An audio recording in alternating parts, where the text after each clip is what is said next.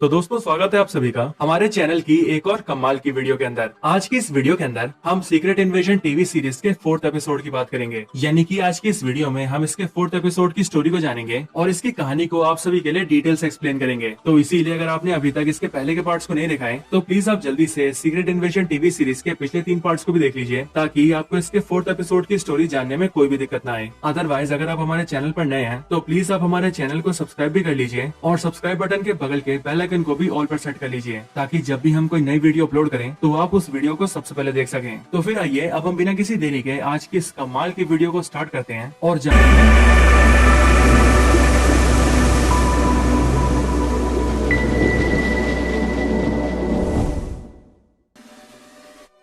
तो इस एपिसोड की स्टार्टिंग ठीक उसी जगह से होती है जहां पर एपिसोड 3 खत्म हुआ था। और एपिसोड 3 की एंडिंग के अंदर हमने देखा था कि जब गाया स्कल बेस से भाग रही होती है तभी ग्रेविक उसके सामने आकर उसे गोली मार देता है, जिससे कि गाया की मौत हो जाती है। लेकिन इसी एपिसोड की स्टार्टिंग में हमें पता लगता है कि अभी से काफी टाइम पहले गाया ने अपने ऊपर भी सुपर स्कल का एक्सपेरिमेंट कर लिया था और इसीलिए गाया भी अब सुपर स्कल थी, जिसका मतलब आम बुलेट से गाया की मौत नहीं हो सकती है। और इसी वजह से गाया की बॉडी के अंदर से बुलेट निकल जाती है और वो एक बार फिर से अपने नॉर्मल फॉर्म में आ जाती है, यानी कि गाया बिल्कुल ठीक हो जाती है। फिर इसके ठीक बाद ही मार्वल का क्लासिक इंट्रो आता है और जैसे इंट्रो खत्म होता है वैसे कहानी स्टार्ट होती है साल 2012 से। साल 2012 पेरिस सिटी, ये वही टाइम होता है जिस टाइम पर द एवेंजर्स के इवेंट हुए थे। और यहाँ पर हम ये देखते हैं कि निक फ्यूरी अपनी वाइफ के साथ पेरिस के कैफे में बैठा होता है और यहाँ पर निक फ्यूरी की वाइफ निक फ्यूरी से एवेंजर्स के बारे में बातें कर रही होती है और वो निक फ्यूरी से पूछ रही होती है कि क्या एवेंजर्स को एक साथ लाने और दुनिया को बचाने में उसी का हाथ है। और इन्हीं सारी बातों को लेकर ये दोनों डिस्कशन कर रहे होते हैं। लेकिन फिर इसके ठीक बाद कहानी प्रेजेंट में आ जाती है, जहाँ पर हम ये देखते हैं कि निक फ्यूरी की वाइफ रोडी के साथ बैठी होती है और इस मीटिंग के अंदर कर्नल जेम्स रोड्स यानी कि रोडी निक फ्यूरी की वाइफ से कहता है कि अब निक फ्यूरी हमारे लिए खतरा बनता जा रहा है और इसीलिए अब तुम्हें निक फ्यूरी को मारना होगा। लेकिन हाँ, मेरी एक बात को याद रखना, अगर तुम निक फ्यूरी को नहीं मार पाई तो फिर तुम्हारी जान चली जाएगी। इसीलिए अगर तुम्हें अपनी जान बचानी है तो तुम्हें निक फ्यूरी को मारना होगा। लेकिन यही हमें ये भी पता लगता है कि रोडी और निक फ्यूरी की वाइफ की सारी बातें निक फ्यूरी कहीं दूर बैठकर सुन रहा होता है और वो इसीलिए क्योंकि निक फ्यूरी ने अपनी वाइफ के फोन के अंदर एक माइक्रोफोन लगा दिया होता है, जिस वजह से निक फ्यूरी की वाइफ रोडी के साथ जो भी बातचीत कर रही होती है वो सारी बातें निक फ्यूरी सुन रहा होता है और इसीलिए निक फ्यूरी को पता लग जाता है कि उसकी वाइफ उसे जान से मारना चाहती है। इसके अगले सीन के अंदर हम ग्रेविक को देखते हैं, जो कि अपनी टीम के कई सारे स्कल्स के साथ मिलकर एक बड़े मिशन की प्लानिंग कर रहा होता है। यहीं पर ग्रेविक का एक साथी ग्रेविक से पूछता है कि आखिरकार गाया कहाँ है, क्योंकि उसने काफी टाइम से उसे देखा ही नहीं है। इस सवाल का जवाब देते हुए ग्रेविक उसे बताता है कि गाया हमारे बीच की गद्दार थी और वो हमारी सारी खबर दूसरी टीम को देती थी, यानी कि निक फ्यूरी को और टेलोस को,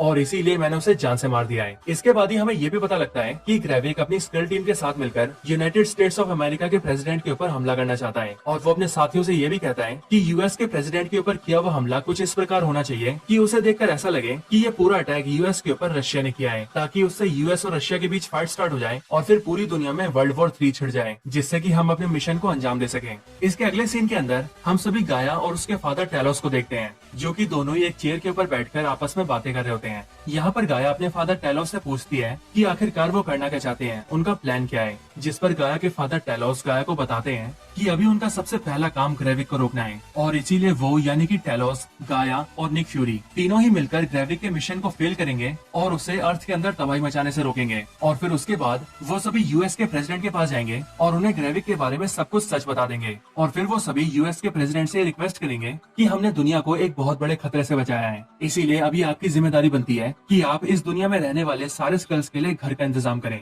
और उन सारे स्कल्स को एक बेहतर जिंदगी दें। और मुझे उम्मीद है कि यूएस के प्रेसिडेंट हमारी इस काम में जरूर मदद करेंगे। लेकिन अपने फादर टेलोस की ये सारी बातें सुनकर गाया उनसे थोड़ा नाराज हो जाती है और वो इसीलिए क्योंकि गाया को इन सारी बातों पर भरोसा नहीं होता और वो अपने फादर से कहती है कि मुझे नहीं लगता कि यूएस के प्रेसिडेंट हमारे लिए इतना कुछ करेंगे। इसके अगले सीन के अंदर हम सभी निक फ्यूरी के घर को देखते हैं, जहाँ पर निक फ्यूरी की वाइफ घर के अंदर आती है। लेकिन घर के अंदर आते ही वो ये देखती है कि उसका हस्बैंड निक फ्यूरी उसके सामने बैठा है। अपनी वाइफ को देखते ही निक फ्यूरी उसे बैठने के लिए कहता है और जब उसकी वाइफ बैठ जाती है तब निक फ्यूरी अपनी वाइफ से कहता है कि मैं जानता हूँ कि तुम मुझे जान से मारना चाहती हो और अभी तुम मेरी जान लेने आई हो, लेकिन मैं बस इतना जानना चाहता हूँ कि आखिरकार तुम मुझे मारना क्यों चाहती हो। इसी के आगे निक फ्यूरी अपनी वाइफ से कहता है कि मैंने अपनी लाइफ के अंदर बहुत सारी गलतियाँ की है, लेकिन मेरी लाइफ की सबसे बड़ी गलती तुम हो। मेरे दिल ने और मेरे दिमाग ने हमेशा मुझसे यही कहा कि मुझे तुम पर भरोसा नहीं करना चाहिए, पर मैंने ना ही अपने दिल की सुनी और ना ही अपने दिमाग माँ की। मैंने तुम पर भरोसा किया, तुमसे प्यार किया, पर ये मेरी सबसे बड़ी गलती थी और इसीलिए मैं जानना चाहता हूँ कि आज आखिरकार ऐसी कौन सी बात है जिसकी वजह से तुम मेरी जान लेना चाहती हो।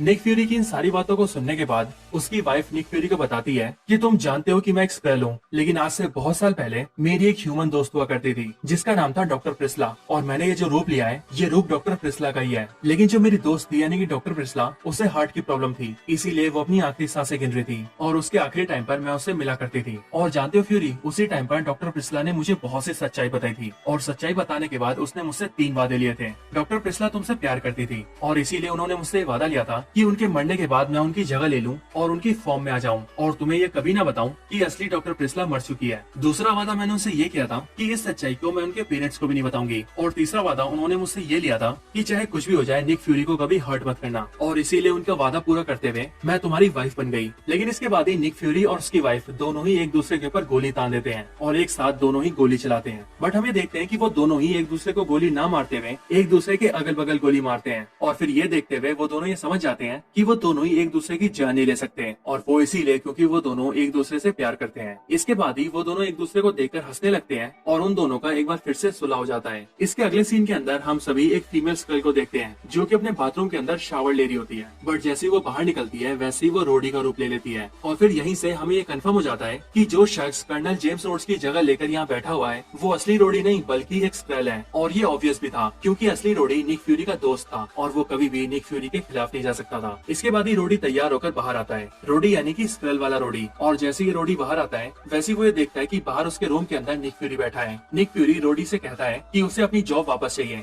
बट वो स्क्रल यानी कि रोडी निक फ्यूरी को मारिया हिल वाला सीन दिखाता है जहाँ पर वीडियो के अंदर हम सब ये देखते हैं कि ग्रेविक ने निक फ्यूरी का फॉर्म लेकर मारिया हिल को गोली मार दी थी। और यही दिखाते हुए रोडी निक फ्यूरी से कहता है कि इस वीडियो के अंदर साफ साफ ये दिख रहा है कि तुमने मारिया हिल को गोली मारी है, और ऐसे में तुम ये कैसे साबित करोगे कि ये तुम नहीं कोई और हो, और इसीलिए निक फ्यूरी तुम अपनी जॉब भूल जाओ। रोडी की सारी बातें सुनकर निक फ्यूरी उसके घर से निकल जाता है और बाहर आकर अपनी कार में बैठ जाता है जहाँ पर टेलोस पहले से उसका वेट कर रहा था। टेलोस और निक फ्यूरी वहाँ से निकल जाते हैं और फिर रास्ते में ही उनकी बातचीत से हमें पता लगता है कि निक फ्यूरी जब रोडी से मिलने गया था तब उसने उसके ड्रिंक में एक लिक्विड मिला दिया था और उस लिक्विड के अंदर बेसिकली एक ट्रैकर छुपा हुआ था, और इसीलिए रोडी अब जहाँ भी जाएगा उसकी लोकेशन के बारे में निक फ्यूरी को पता चलता रहेगा। और ये बेसिकली निक फ्यूरी ने इसीलिए किया है क्योंकि वो भी ये जानता है कि ये रोडी असली नहीं है, क्योंकि एज ऑफ कोर्स रोडी उसका दोस्त है, और इसीलिए रोडी निक फ्यूरी के साथ ऐसा बिल्कुल नहीं कर सकता जैसा कि ये स्क्रल रोडी निक फ्यूरी के साथ कर रहा है। इसके अगले सीन के अंदर हम ये देखते हैं कि यूनाइटेड स्टेट्स ऑफ अमेरिका के प्रेसिडेंट अपने प्लेन से सीधा यूके के अंदर लैंड करते हैं, और उनके प्लेन से बाहर निकलते ही रोडी प्रेसिडेंट को अटेंड करता है और फिर वो उनके साथ निकल जाता है। बट रास्ते में ये स्क्रल रोडी अपने लीडर ग्रेविक को इन्फॉर्म कर देता है कि रास्ता साफ है और वो हमला करने आ सकता है। इसके ठीक बाद ही ग्रेविक अपनी स्क्रल टीम के साथ मिलकर एक फाइटिंग हेलीकॉप्टर में बैठ जाता है और सीधा यूएस प्रेसिडेंट की टीम के ऊपर हमला कर देता है और एक एक करके सारी गाड़ियों को उड़ा देता है। लेकिन तभी हम ये देखते हैं कि निक फ्यूरी और टेलोस भी रोडी को ट्रेस करते करते प्रेसिडेंट की जान बचाने पहुंच जाते हैं, और फिर इसीलिए यूएस प्रेसिडेंट के security guards, Nick Fury and Talos और ग्रेविक की स्क्रल टीम ये तीनों ही आपस में फाइट करने लगती है, और यहीं पर इन सब के बीच काफी खतरनाक फाइट छिड़ जाती है। इसी फाइट सीन के अंदर निक फ्यूरी और प्रेसिडेंट के सोल्जर्स ग्रेविक के ऊपर बुलेट्स फायर करते हैं, लेकिन हम ये देखते हैं कि ग्रेविक को उन बुलेट से कुछ भी नहीं होता है क्योंकि एज ऑफ कोर्स वो एक सुपर स्क्रल बन चुका है। लेकिन इस लंबी फाइट के बाद किसी तरह से प्रेसिडेंट को बचा लिया जाता है, बट यहीं पर ग्रेविक टेलोस से गुस्सा होकर उसके ऊपर गोली चला देता है, और क्योंकि गाया का फादर टेलोस एक नॉर्मल स्क्रल होता है इसीलिए ग्रेविक की गोली लगते ही उसकी जान चली जाती है और टेलोस मर जाता है, और टेलोस के मरने के साथ ही ये एपिसोड यहीं पर खत्म हो जाता है।